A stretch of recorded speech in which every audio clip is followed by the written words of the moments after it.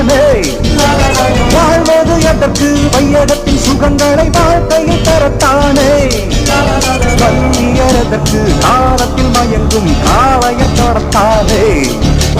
கல்வியதற்கு காலத்தில் மயங்கும் காளைய தொடத்தானே.